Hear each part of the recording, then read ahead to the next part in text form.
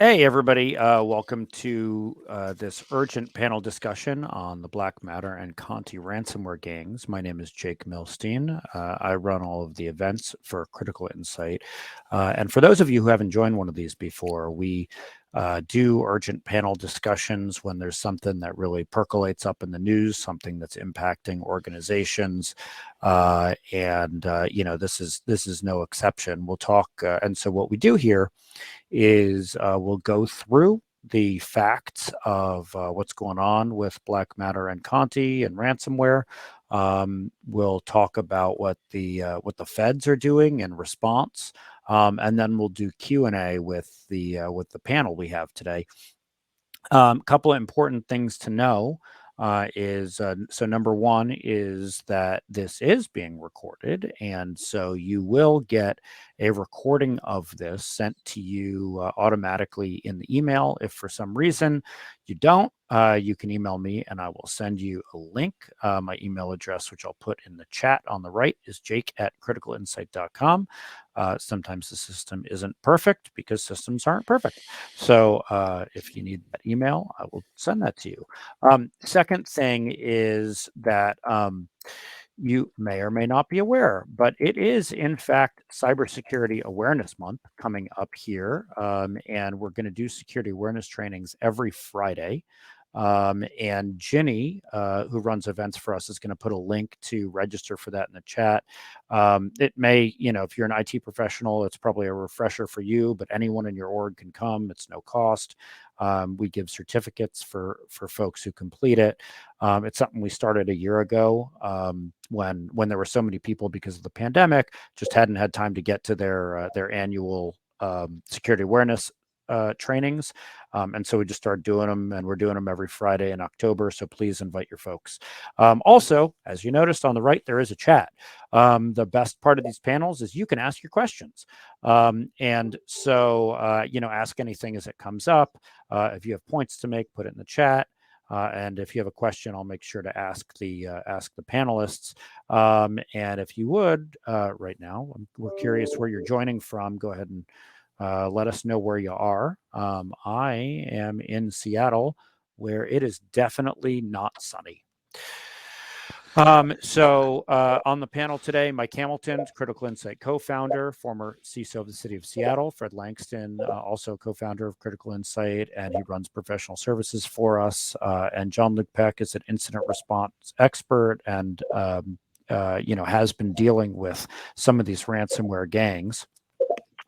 Critical Insight, we have two SOCs watching networks 24/7, and unfortunately see what comes over like this. And we specialize in incident response, which is not how we want to meet any of you. We would rather meet you in incident preparedness than incident response.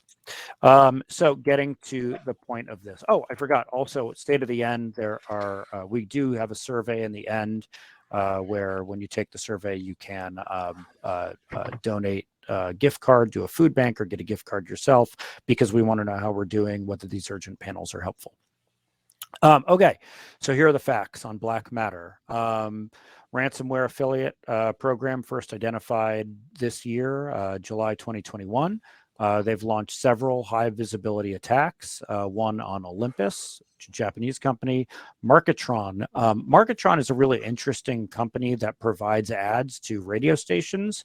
And so the attack there took revenue away from journalism and other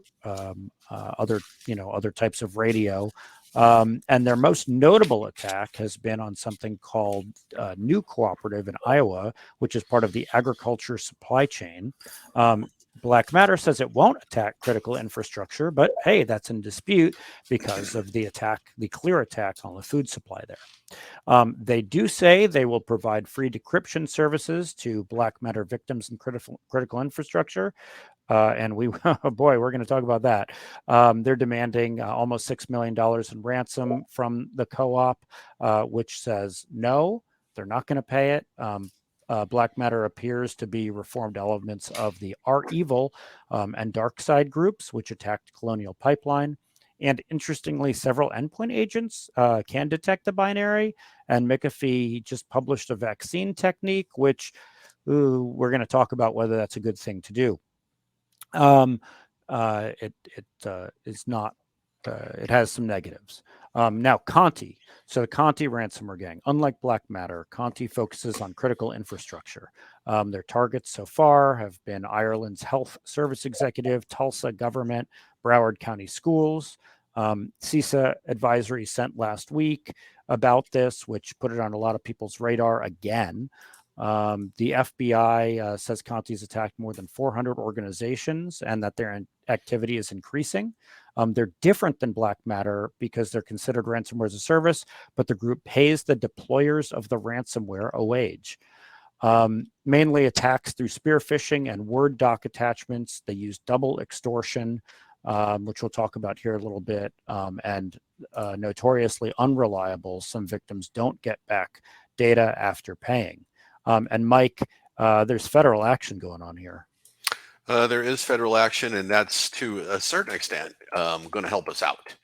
There was a very interesting paper written recently, and I forget who the authors are, and I need to dig this up so that we can provide the reference. But the paper talked about the difference between the public harm that is done through these actions, right, through this extortion, the ransomware, versus the completely private responsibility to make it not happen. And that disconnect is something that the federal government is stepping up and addressing right now. So the rhetoric around this changed, I don't know, a month, 6 weeks ago, and they started saying, well, if you're going to use ransomware and it disables the operation of an organization that we consider to be in the critical infrastructure, one of the critical sectors, that's terrorism. That's not criminal anymore. That's terrorism.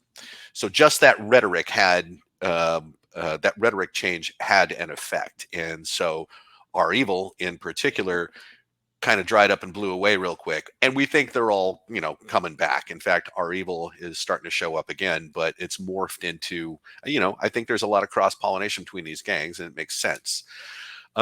It's important to note that if the federal government says this is now an act of terrorism, insurance companies have an out for acts of terrorism.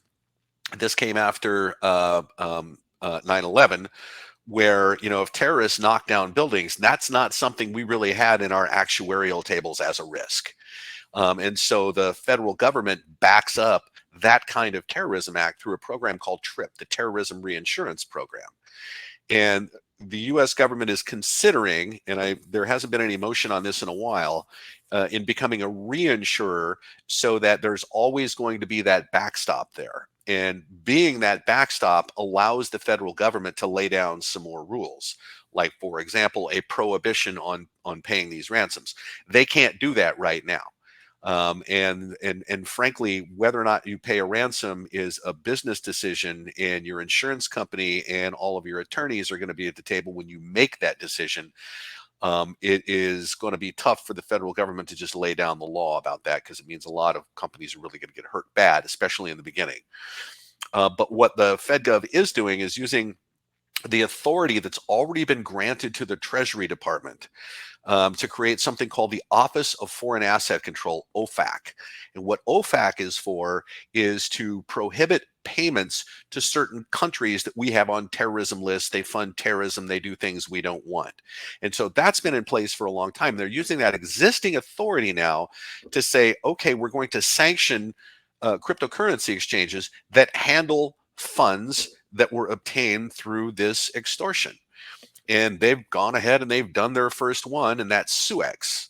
And if you're a fan of the Register, the British technology kind of online magazine, the article is called "Suex to be You," because this is having an effect already.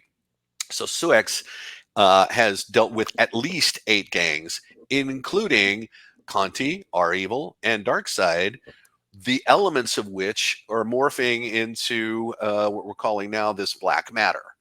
And so if they continue to use this same exchange, there's going to be this prohibition on making payments there. And as when we say sanction, they're not allowed to do legitimate business in the U.S. anymore. And they go after the individual operators, which is marginally effective. It does limit their travel, and they can't move money around freely because now they're under this microscope, right? You get on a plane and you go for a vacation in Belgium, you might just be coming to America involuntarily. So this is what the federal government is doing. From the public side of this, the private side of this, right? Your responsibility is always what it has been. We'll dive into that stuff, but I'm sure it's everything everybody's already heard before. The interesting thing to me is now we're starting to combine this public action with our private responsibility, and we may be able to move the needle a lot more than all the times we've said have backups, segment your net. You can only say that so many times, and at some point we got to raise our hand and say, the government needs to pull out a can of whoop ass here and start using it, and that's starting to happen. I do want to just let everybody know that Mike does that. Mike does curse in these every now and then. So just That was not cursing. I'm from Oklahoma. just That is prepare just the way yourselves. you talk. So, okay. So, one of the questions that's come up in the chat here, which I think is a really, really pertinent one for this discussion, is what is critical infrastructure? Because CISA has a definition for it, but here we have a gang, BlackMatter, who is defining it. It's like they're saying, no, we get to decide. What, Mike, what is going on there? So first of all, so critical infrastructure has a very specific definition, and there are 16 critical sectors: dams, water, finance, energy, health, et cetera, et cetera, et cetera. So the fact that the criminal gangs didn't study the DHS documents and see that food and ag is one of the critical sectors, well, that's on them. I'm sorry. But, federal government says you mess with critical infrastructure, you're a terrorist. They mean it. The gang doesn't get to pick. However, the nuance, the way that I've read the nuance here, is the gang is saying, and these are my words, not theirs, because the impact of what we're doing cannot result in loss of life. Sure, it's an economic hit.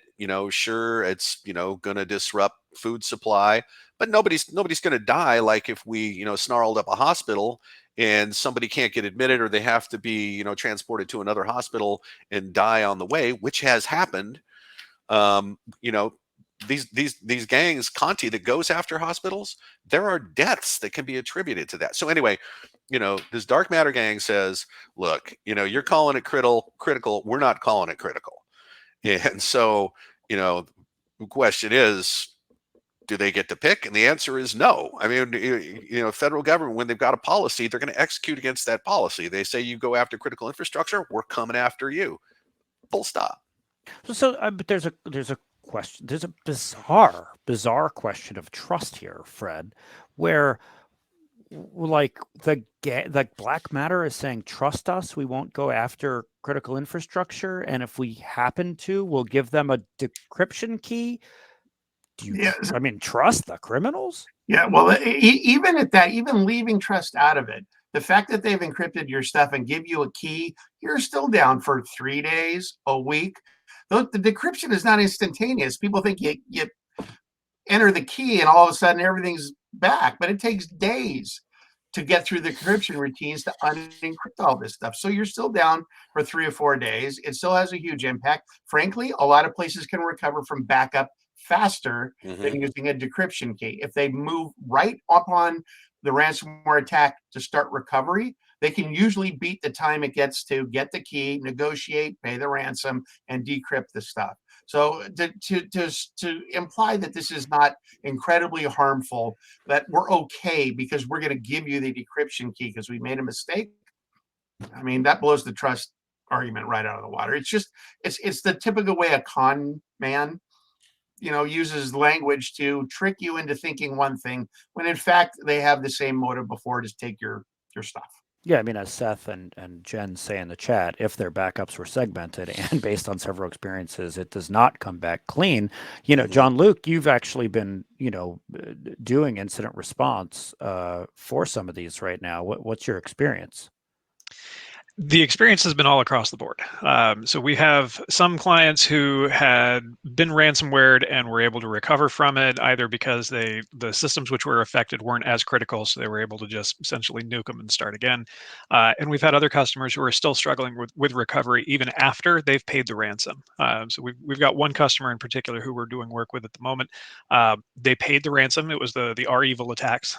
They paid the ransom. The decryptor key that they were provided only worked for a portion of the files that had been encrypted. And the REvil group at the time had literally a help desk set up where customers who were paying them the ransom in order to get their data back could say, "I need help. Your tool's not working." When the customer went back to them to say, "We paid you the ransom. You haven't unlocked our files," they said, "Our tools are working just fine. You're obviously trying to deceive us somehow." And it was during this negotiation process that the U.S. took some kind of action, and the REvil group went offline.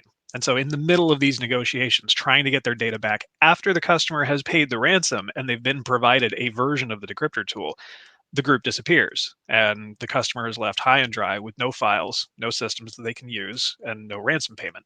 So the business model that they're trying to get set up, it's not guaranteed, it's not foolproof, and it absolutely is. You're dealing with organized criminals who are extorting your business.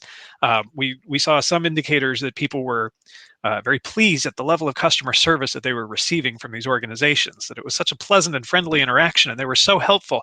You're dealing with the hostage takers. It's important to remember this. These are not people who have decided to buddy up and be your friends. These are people who have crippled your network, stolen your data, and are charging you to get it back. So there's some interesting experiences along the way here, but it's still very active. Organizations are absolutely being hit, and to Fred's point from earlier, even when they provide you with a decryptor tool, doesn't mean it's going to work. Yeah, I'll just add, there's also no honor among thieves. And so, somebody got ticked off at REvil and leaked a universal decryption key. So that kind of stuff is going on too, and that's all peripheral. That's a sideshow to the economic beating that we've been taking through this. But those are the kinds of things that, in particular, cybercom, they know how to leverage those things. They know how to leverage, the fact that these gangs don't really get along and there are affiliates that feel like they've been ripped off. That's the other part of this too. The military, General Nakasone said, we're going to surge towards these operators. So, in addition to federal policy and sanctions and putting people on no-fly lists and things like that, the things that we don't hear about that are going on right now, they're going in there and probably, smashing up their infrastructure and infiltrating them so that, when the time is deemed correct, we just put their lights out. I always like to point out. I was going to say there are a bunch of questions in the chat about insurance, and we're going to get back to those in a second. But Fred, go ahead, and then I want to ask about who these groups are. That's exactly where I'm going, Jake. Is there's this concept of these separate gangs, like there are different groups of people. Look, this is the same set of people putting on a different mask. Okay, they did the point blank with the with the president mask. They know that they're chasing people with president masks, so now they're putting on a different mask. Okay, it's the same people. Now let's go surfing. There are downstream affiliates, as Mike talked about, that are actually, kind of running a lot of this stuff. But the people at the top are the same people, right? And they're moving and changing and offering different promotions. Oh, we're good guys. We're dark side, or we're black matter, and we're going to give you the key. Well, that's dark side, the same people that weren't going to give you the key 2 months ago, right? Same people. So this concept that we're just getting different promotions basically from the ransomware gangs is all we're seeing. So, one of the other questions here is, what is the relation to the Russian government here? Mike, do we know? So it's been reported widely that the intelligence community assesses with high confidence that there is collusion, collaboration, cooperation between Russian intelligence groups, the SRV, the GRU, and potentially even sharing tools. And so you have to ask yourself, right? So this gang called REvil, right, which is now morphed into other things and split up and recoalesced and things like that. Their tactics are the same as these other ransomware gang tactics. They're Fred, you said there are 7 ways Conti, enters into an organization. It's a lot of the things that you would just consider spear phishing, sending an attachment, especially office documents, that are booby trapped, things like that. But the thing that happened with Kaseya is very, very different. This was a compromise of a tool used by a lot of managed service providers, outsourced IT, and the tool was compromised up at the manufacturer, Kaseya, and then it got sent out through normal channels. Nothing was weird about it. Ended up at all these MSPs who pushed it out to all of their customers. And when they pulled the trigger, 1,800 organizations all got ransomware all at the same time. That is far, far, far different than the way these other things have gone down. There's, Conti in particular goes after schools, hospitals, government. They do double extortion. In my view, they are responsible for deaths. What they do not do is global all at once. Here's this thing that now everybody has to deal with. And when you think about the ability to infiltrate a company like Kaseya and having planned all that out, and it looks a whole lot like the way SolarWinds happen, this really looks like nation state fingerprints. Can I prove that? No, but I'm going to point out the fact that this is far, far, far different than any other tactic these gangs have used. And so to me, it quacks like a duck.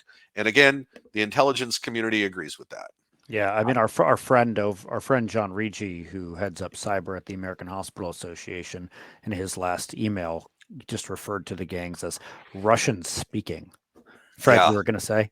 Well, one of the things Mike was bringing up with those 7 techniques, and there's one I want to bring up that we talk about in our security awareness training that most people look at me like, that really happens? Well, Conti uses search engine optimization to follow you and say, oh, this person is looking for applications to help them do financial planning. So they'll pop up an ad in your Google that's targeted directly to you through search engine optimization, saying this cool new program will solve all your problems for resource planning or whatever it is you're looking for. And in fact, it's targeting you with malware. And you go, yeah, that would be great. Let me run the demo. Let's get a demo copy of that. And next thing you know, you've got ransomware and an attack. So it's not just phishing, it's not the things we'd expect. There are some very advanced techniques these gangs are using. I mean, it's I do run marketing for Critical Insight. You have a cookie and you serve people ads. Sounds like that's what's happening there. Yep. So, I do want to get to some of these questions in the chat here. So going back here, there's a question: what implications are there for cybersecurity insurance policies with the classification of terrorism for ransomware? And then, Greg says, how can critical infrastructure cover themselves from an insurance perspective with these terrorism exclusion clauses? Wow. So that's a ultra loaded question. The insurance industry is in a massive state of flux right now. Cyber insurance, as most of you know, the cyber insurers are all underwater this year. They're all revamping their programs. They're raising their deductibles to minimum of $250,000. They are upping the cost of their coverage. They're limiting the amount of coverage they'll pay on.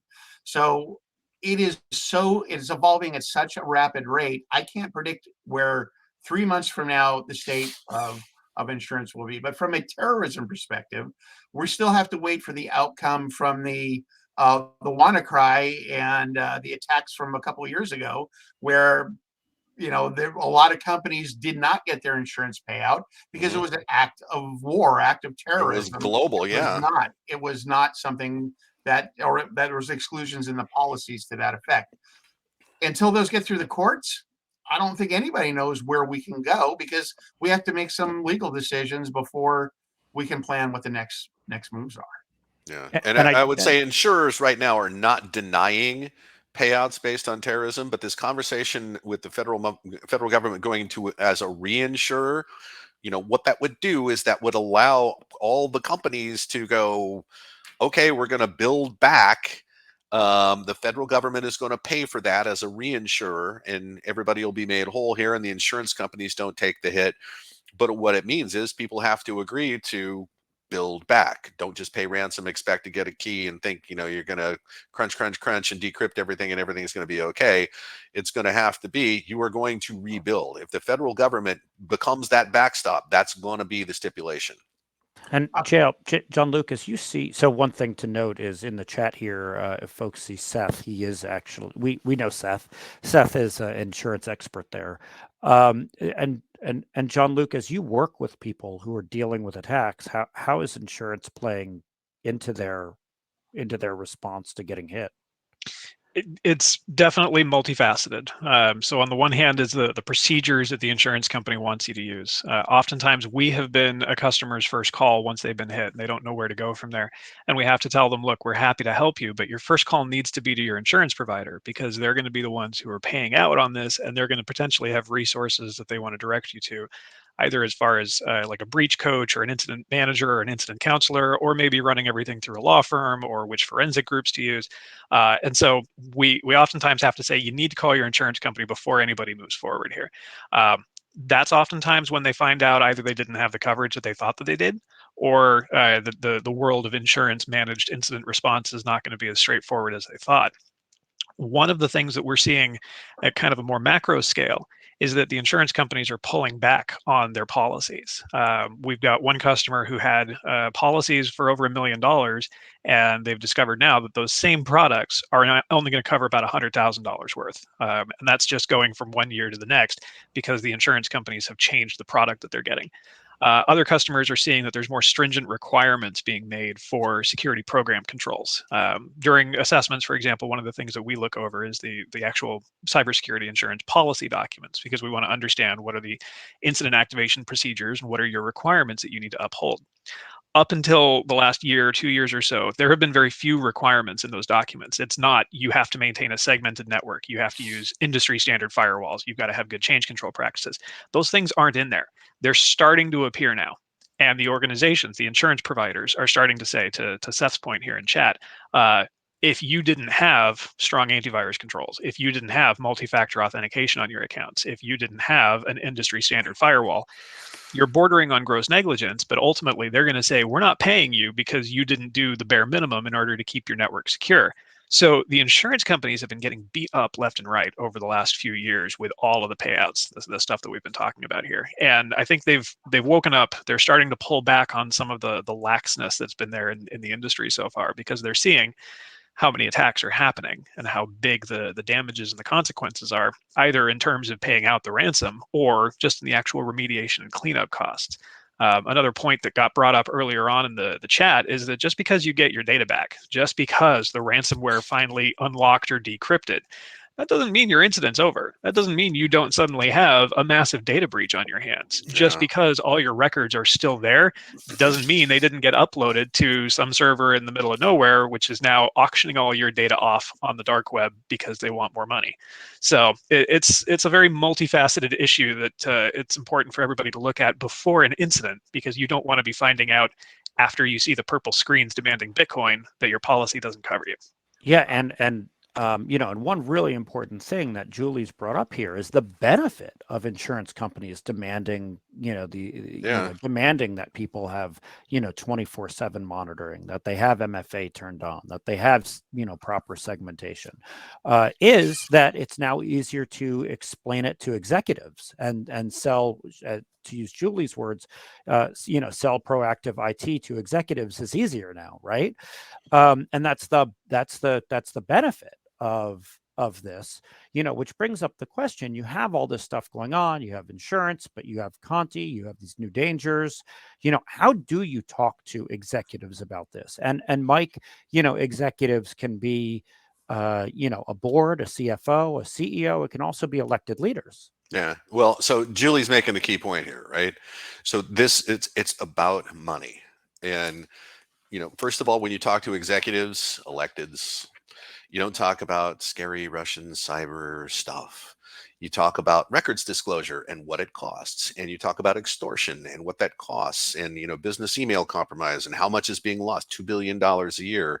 And the disruption of your operation, what that costs on a per minute basis, right? So if you're talking to executives about that, they definitely get that line of reasoning. And then on the other side of the table, there are the insurance companies who are the ones who really have the financial dog in the fight here. Okay, so in today's world, you take credit cards, you are regulated by PCI. You are, if you move health records around, you are regulated by HIPAA. If you are a police department, it's the Criminal Justice Information Services. And there are lots of others, and they all look almost the same. Okay. We like to say one's a burrito and one's a taco. You know, the ingredients are the same, the packaging is a little different, all these regulatory requirements. Okay, who has the real authority here to do this? Because everybody's been saying, you know, here's the standards of practice and everybody needs to line up. You need to have governance and access control and physical security and all these things. We've always been told this. And some of this is regulatory and some of it is standards of practice. We just want you to do this. And now the insurance companies are saying, listen, you know, you don't get your act together, we don't insure you. That makes it a market force, right? There's always been this argument: do we get security through regulation or market forces? And this is the insurance companies going, we can't stand this anymore. Either you are this cyber tall or you don't ride this ride. And I agree, this is really the right way to go. There's a change we're all going to have to go through here, but it's the same as, you know, I hate to make the analogy, but weather's whipping up real bad.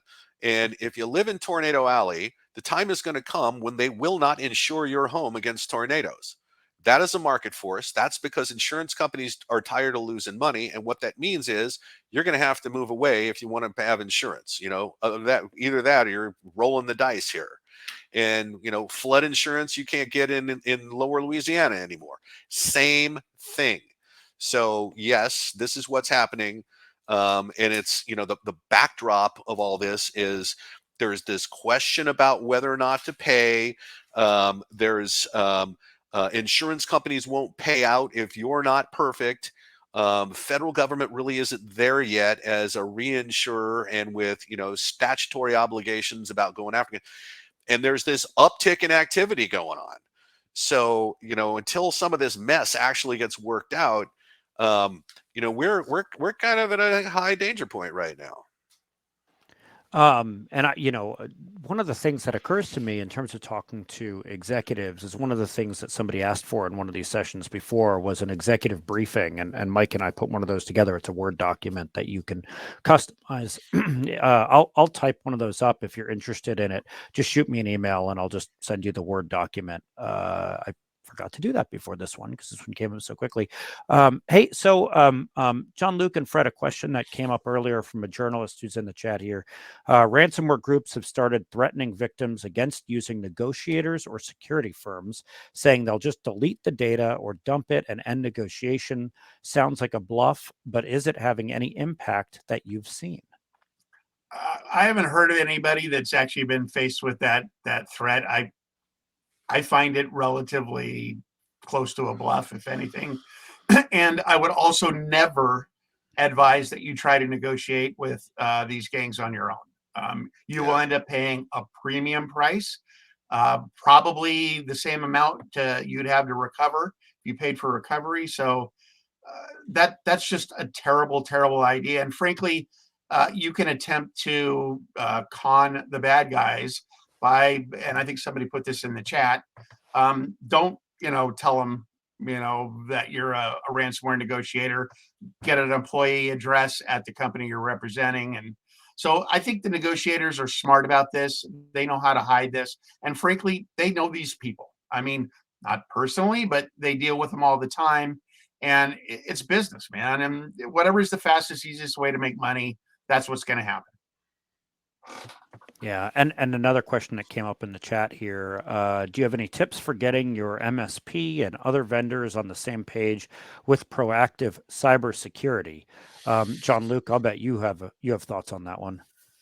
Yeah, that's tough. That is something that we're seeing a lot of organizations struggle with, both the MSPs themselves and with the customers who are subscribed to and using those MSPs.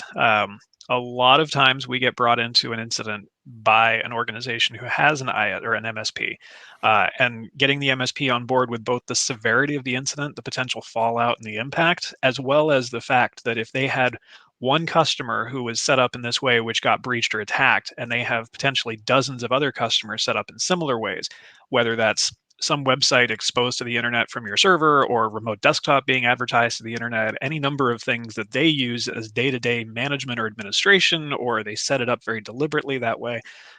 Those risks and vulnerabilities are not being monitored. They're not being scanned regularly. They're not doing the proactive security checks that they need to be. And when we talk with them to explain why, some of them are understanding it and getting on board, and they say, we didn't know, we didn't understand, please help us. And others, they don't get it, and they just kind of go cross-eyed at you. And so it's been very challenging making sure that the customers are getting what they need from their IT service providers, and let alone explaining that the IT service providers oftentimes are kind of the indirect cause of the incident because of the way that they had them set up. And so absolutely putting together a set of requirements, like what do you need your security program to look like? Vulnerability scanning, firewall maintenance, log checking, log monitoring, proper patch management, change control, these kinds of things. Put those requirements together and then tell your MSP, tell them, look, we know that these are the things that go into making up a good and robust security program. These are the things that help us know where our risks and exposures are before an incident happens. We want your help to do these things right. We want your help to understand what this looks like on our network and how to fix it. Hopefully, they're going to be willing to go along with that. And if they need extra resources, if they need specialists, they'll reach out and they'll find some. Other times we work with those ISP or those MSPs proactively. So when we have those conversations before an incident or after an incident, when the MSP says we want to help remediate things here, then if you can get them to the table and get us to the table, then we can talk. We can educate them about here's what this needs to look like. Here are the ways to go about this. And we can help with the scanning. We can help with the evaluations of is this actually a risk or not. And so there's a lot of ways of going about that, but you absolutely have to start the conversation before the incident happens, because otherwise everybody's going to be in crisis and panic management mode, and you're not going to get any major work done along those lines. Right. I mean, it all goes that way until JLP and I get a call at 1:15 in the morning on a Monday morning, which happened last week, right? Yep. That is not how we want to meet you. Although, I don't mind the 1:15 a.m. call. Mike, is there anything you wanted to add to that about MSPs and attack vectors? Well, there are a couple of things. So MSPs are being targeted because of their customer base, right? If you can get in the unlocked window and then walk in through, just down the hallway to your actual target, that's a strategy. And so MSPs really need to up their security. And one of the things that is coming into question here are the contracts between customers and MSPs. By virtue of the fact that they're being targeted this way, is there some kind of indemnification that we need to start talking about here? If you are the cause of me getting crushed, how do I get made whole? Problematically, some of the tactics that are being used are this, compromised software that come in through completely normal channels that are impossible to detect until they go crazy. And it's very hard to have, some kind of indemnification for something like that, because it really didn't matter what kind of controls you had in place. That's going to happen. So it's, again, from my perspective, all of these things that we need to do, contracts, right? And get your procurement right, and make sure you're doing third-party risk management, all these things, segment your network, multi-factor authentication, that only takes us so far. When there is a determined actor that is highly resourced and highly motivated, they're going to get you. If they want you, they're going to get you, right? There's no firewall for stupid. Somebody is going to trip over something. And this is where we need the federal government's policy and the military involved, right, to really surge towards these operators and beat the crap out of them and, teach them a lesson, and they will move to softer targets. So, I mean, yeah, all these things are happening, but we can only do so much to protect ourselves. Without the help of FedGov, we're just going to keep bumping along just like we are. And so speaking of there, Seth puts in the chat, drop a USB stick in the parking lot. There Oh are all yeah. sorts of ways to get in. But Fred, let's just we're here to talk about BlackMatter and Conti. You know, you talked earlier about using ads to that these companies are actually using Google or that Conti is sorry, the gang Conti is actually using Google ads to get into systems. What else are they doing? How else? How's Conti? How's BlackMatter getting in? Yeah, so they're all relatively similar, but you would expect things like spear phishing campaigns with malicious word attachments, very common. They actually will either drop malware or go and request malware from a command and control site. Things like Cobalt Strike, you may have heard about, TrickBot, those sorts of things. They're constantly scanning for weak remote desktop protocol credentials. If you have exposed RDP, you need to harden that to the nth degree because they're constantly trying to do credential stuffing, meaning they go out to these. I think there was a recent 4 billion usernames and passwords that were all collected into a giant database. Well, they just go search that and they look for a username that looks like it may be you, and then they look for that associated password and they start spraying those passwords against RDP, things like that. They're also using phone calls. Phone phishing is frankly the absolute easiest way, and you just have to be a good talker. You don't have to even know how to log onto a computer, frankly, to do a phone phishing attack and gain enough information to hand to somebody that does know how to use that. There's also malware distribution networks, vulnerabilities, and external assets. They're really kind of taking the entire playbook and working on it. But one of the things that I think is kind of funny, which was this relating to BlackMatter, for the first time in a Russian gang, they are now removing the localization prevention or attack prevention components, meaning for example, I install a Russian keyboard set on my computer because the previous versions that Revil or REvil were using and all those malware gangs would look to see if you had a Russian keyboard and that you were living in a Russian area and they would not attack you.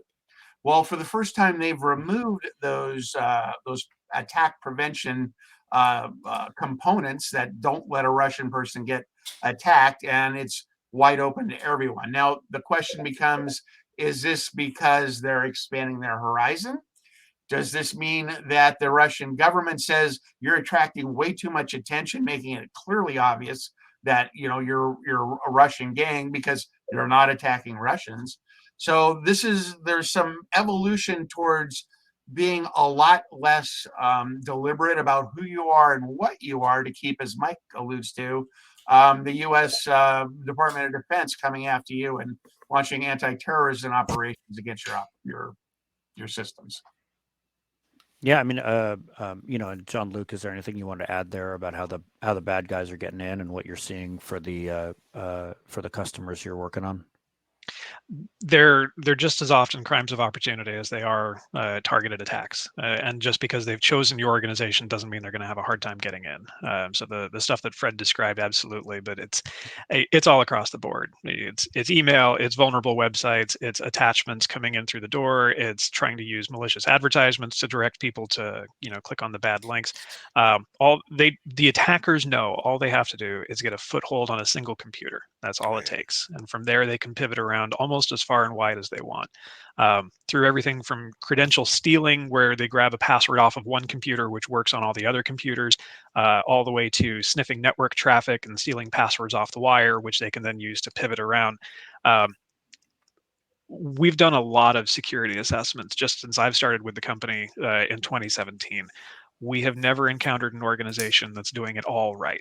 Every organization has got a series of technical controls in place with a series of ways that attackers or malware or an intruder could work their way around them. One of the things that we work with organizations to do is find those areas and to try and close them before an incident happens. But everybody has those weak points. Everybody has those exposures inside your network and outside your network. And the goal is to find them and close them before they get used against you, or make it as difficult as possible for somebody to use them without you knowing it and without you having taken proactive response actions. And I think made all more difficult by the fact that we're in a pandemic. People are leaving their jobs. I know, one organization I was talking to, just lost its CISO and, two other, folks in their IT area. And so, yeah, I mean, we can say do all these things, as it's harder to keep employees, right, Fred?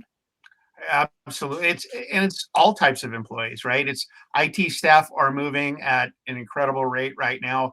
I'd Yep. say probably half of the active clients that I talk to are actively searching for new talent for IT.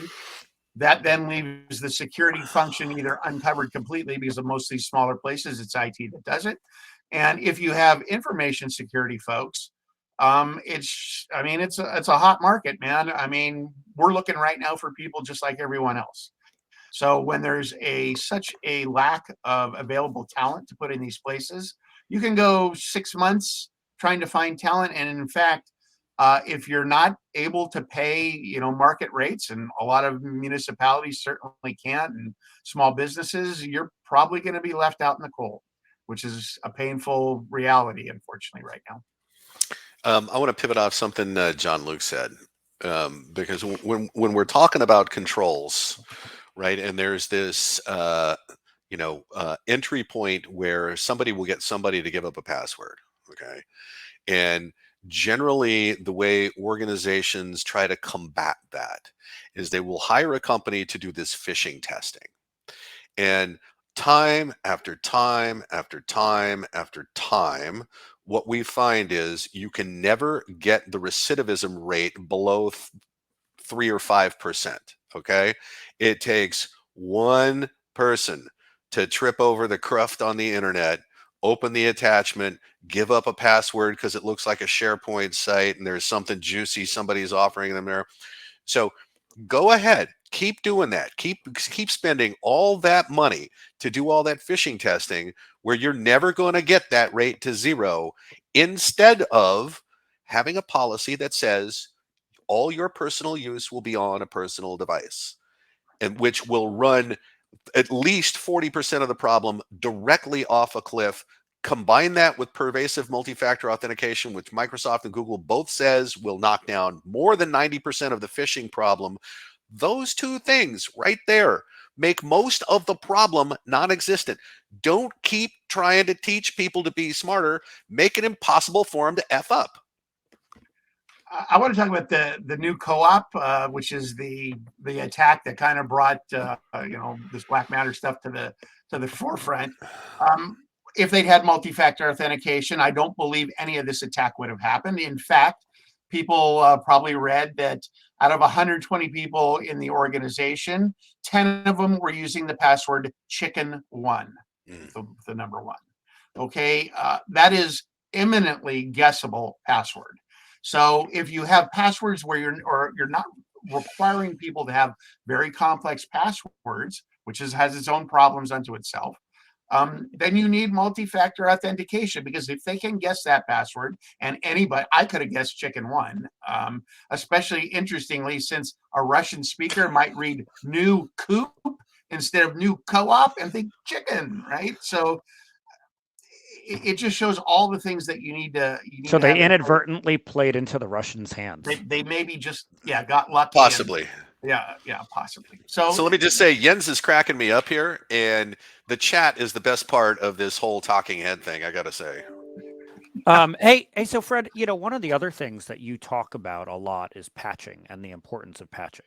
That there's no 30-day window now. No. Look, so this year there were, I believe, 68 way more than any year in history, zero-day vulnerabilities. Okay, zero-day vulnerabilities, for those that don't know, are things that we've never known about. They're brand new, and all of a sudden somebody discovers this being used on the internet, and now usually it's part of a giant attack. So half the attacks this year were 0 days. Hafnium was a 0-day attack, right? So when there's this many 0 days, that means that the bad guys realize it's the speed to which they can attack the systems that prevents us from patching and getting in front of the problem. And I've we published a paper here not too long ago, it was on dark reading, that says that if you don't treat the publication, the public knowledge of a 0-day vulnerability and treat it as an incident, right? You should have your team all convene immediately, determine the risk, especially if it's exposed to the internet, this vulnerability. You should drop everything and patch immediately, because the bad If guys there is a know. patch, zero Yeah, day if there is, sometimes if doesn't there's, have a patch. but the bad guys know, they read every report for the last 20 years says patch within 30 days. Well, then we're going to attack in 29 days or less. Brilliant, right? Or simple. I don't know how you want to look at it, but they read what we do. I mean, it's not hard to figure out a way around this stuff. And Fred, somebody puts a question here in the chat and says, what about Microsoft's, the new Microsoft Exchange service that says it mitigates high-risk bugs automatically? That I'm will going to let always John be Lucas perfect. shaking his head go after that one. I like what they're doing here. I like the approach that they're taking. I think it's absolutely a band-aid on a bullet wound for a tool that's been sitting around languishing for about the better part of a decade. I worked in an organization that ran Exchange on-prem as far back as 2015. We had a consultant come through who was working with us on a SharePoint project, and an engineer came in to say, hey, we're having a problem with an Exchange server. In 2015, this guy sat across the table from me and looked me dead in the eyes and said, you're still running Exchange on-prem? Like, he was genuinely confused at this fact, and that was 6 years ago. Organizations that are still running Exchange have got a massively increased risk footprint, and the attackers know this. Microsoft has suddenly woken up to this because they've had a very lousy year on this front. And I personally think this is hamster wheel kind of, yes, we're really doing something. We're going to pedal really hard and show how everything's going to be much better off here. Do I think this is going to catch everything and make sure that Exchange never gets hacked again? No, not in the slightest.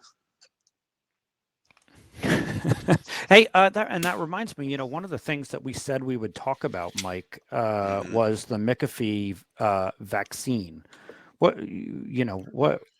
the deal with that? And well, they say here's some registry changes that you can make that will, when these processes fire up, it will shut them down. Basically, I mean, I'm paraphrasing. The other thing is, just like the point that was made about the new Microsoft Exchange features, you turn a bunch of those on, executives are going to say right away, turn those off.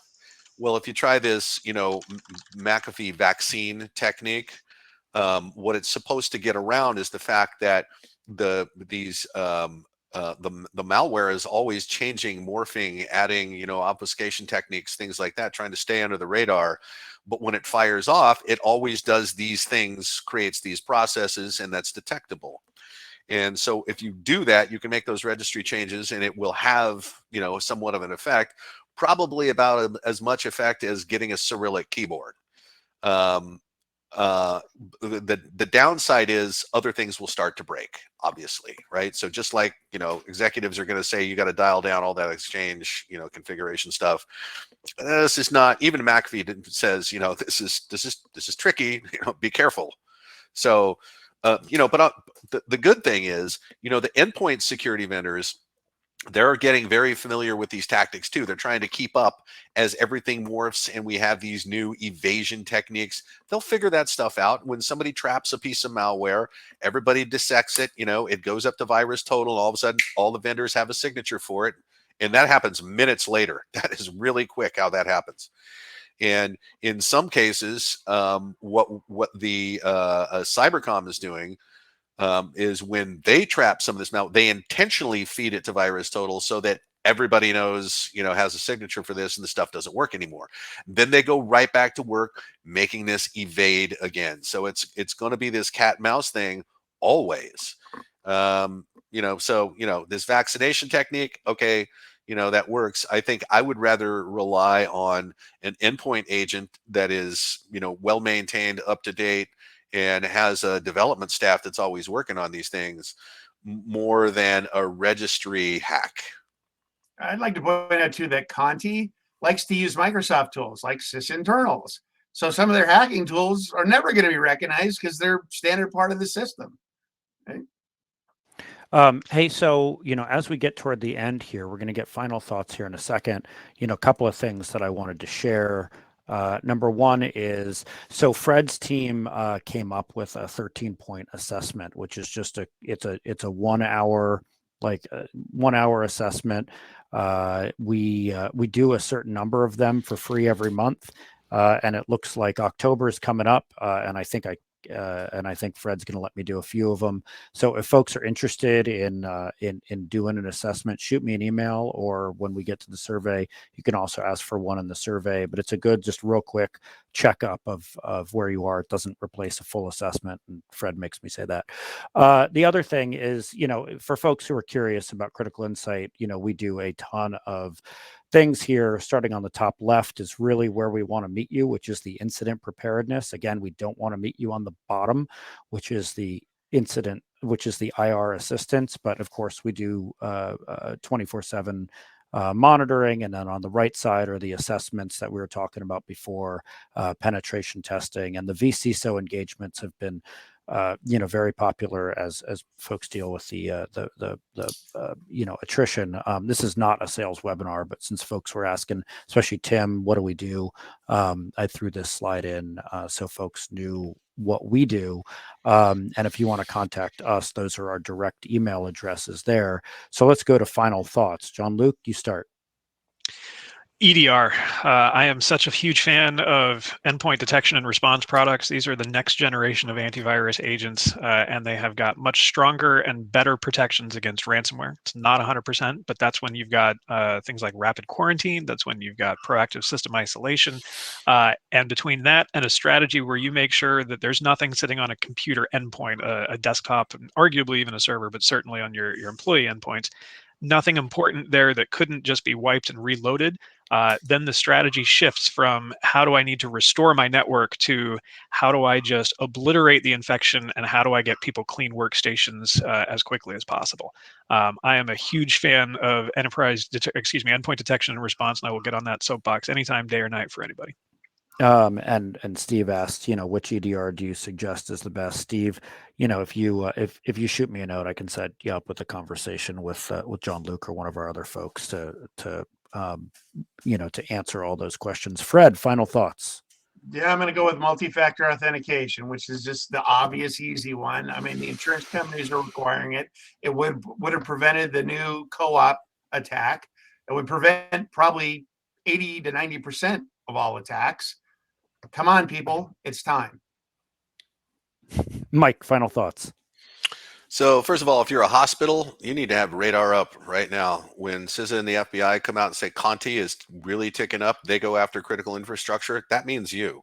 That means you. If you are in the health sector right now, you're going to have to, be doing some things here to get ready. And what Fred said about multi-factor authentication, that's great. Segment your network. That's great. Ideally, have a policy of personal use on personal devices only. That's great. Backups and readiness. That's great. Unpopular opinion. Here's what I think people should do. You should start yelling at the government. If you have lobbyists that can make phone calls, start making phone calls.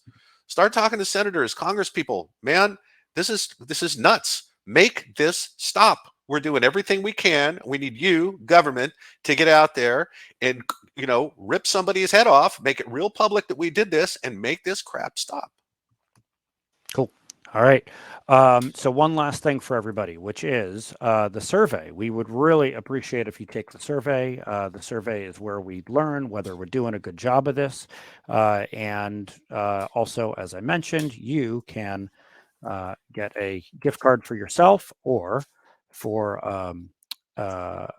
you can donate your gift card to a food bank. The link's in the chat. I do completely recognize the irony of giving out a link at the end of a panel on InfoSec, and I just don't know how else to deliver it to you. So there you go.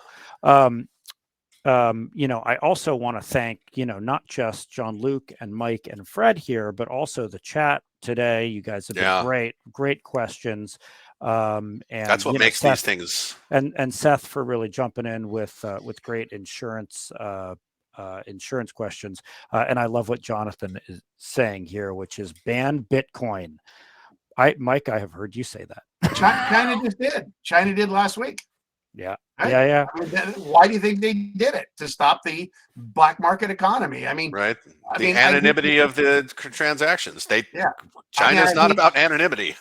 I hate authoritarian regimes, but this is the one place they outdo democracies. Okay, they say this is bad, it's gone. Right? Yeah, I don't know whether I like So you that like the quote whole more authoritarian thing? Okay. or the taco burrito same ingredients quote. But both of them were good. All right, everybody. And I also my action item. I'll finish up that that executive brief and send it out to everybody. I got 48 requests for it, so I think it's a thing. Wow. All right, Mike, you and I need to work on that. Everybody, have a great day. Thanks so much for joining us. Thanks, everybody. Hey, Garen.